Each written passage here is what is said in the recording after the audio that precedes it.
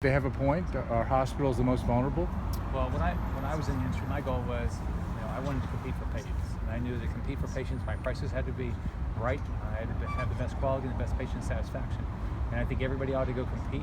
And I believe, that's what people want to do when they see the opportunity to provide great access to healthcare. I think it's going to work. Governor, what's your understanding in talking with Congressman Price about that timeline, though?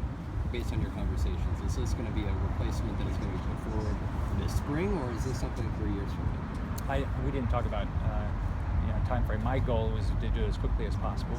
I think, it's having an adverse impact on jobs in this country, in my state. We're sort of the capital of Latin America. We're competing with a lot of jobs in Latin America, and when they don't have the same issues, they're not dealing with the same thing like Obamacare in these other countries. It impacts jobs in my state. So I want to have a repeal as quickly as we can get it done. Day one would be nice for me. Some House Republicans are talking about doing a repeal and making sure it's not too close to the 2018 midterms for political reasons. Do you think the replacement will be fully implemented by 2018, or could it come after that? Well, I don't know the politics of it, but I tell you what, I want people to get good access to health care, and I know if we want people to get good access to health care, we've got to replace Obamacare. We have to come up with a program that actually works for Americans.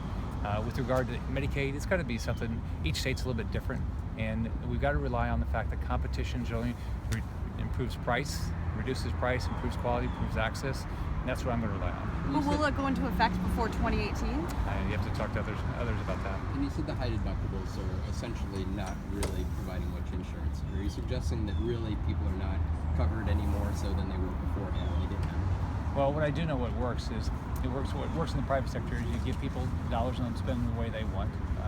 My parents never had a lot of money. I lived in public housing, but my parents knew how to spend the money they did have. So, provide individuals the same thing like a HSA.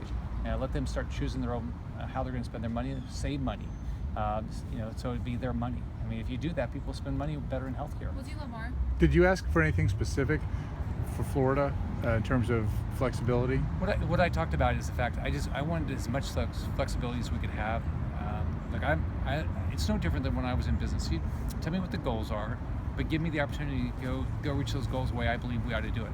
I have a better feel for what Floridians need than somebody sitting in Washington that's a bureaucrat that doesn't have any idea what we need. And every state's not the same. So what I want is as much flexibility as they can give me. So just generally, it wasn't anything specific about, okay. Thanks, everyone. Thanks. All right, see you.